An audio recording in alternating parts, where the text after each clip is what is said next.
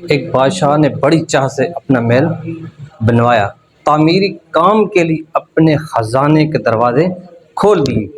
جو چیز اس کو محسوس ہوئی کہ اچھی نہیں بنی، اسے دوبارہ اچھا بنوایا، حتیٰ کہ بادشاہ کی نظر میں وہ محل اتنا خوبصورت تھا کہ اس میں کوئی بھی خامی نہ بچی تھی۔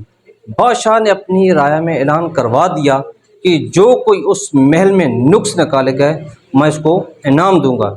لوگ آتے محل کو دیکھتے، انہیں اس میں کوئی عیب نظر نہیں آتا۔ چنانچہ کئی دن اسی طرح گزر گئے، لوگ آ کر دیکھتے رہے اور واپس جاتے رہے، اور کسی کی ہمت نہ تھی کہ بادشاہ کے بنے ہوئے محل میں کوئی نقص نکالتا۔ ایک اللہ والے کا ادھر سے گزر ہوا، انہوں نے بادشاہ کی یہ بات سنی، وہ بھی محل دیکھنے کے لیے آئے۔ محل دیکھنے کے بعد بادشاہ کے سامنے پیش ہوئے اور کہنے لگے، بادشاہ سلامت، مجھے آپ کے محل میں 2 عیب نظر آ گئے۔ چنانچہ اس نے پوچھا، بتاؤ کون کون سے عیب ہیں؟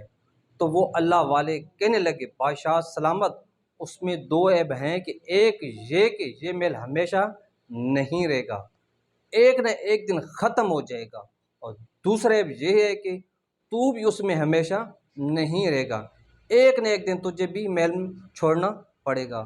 جس طرح لوگوں کو یہ عیب نظر نہ آیا بلکہ اللہ والے کو نظر آیا، اسی طرح اندر کا عیب بھی خود نظر نہیں آتا۔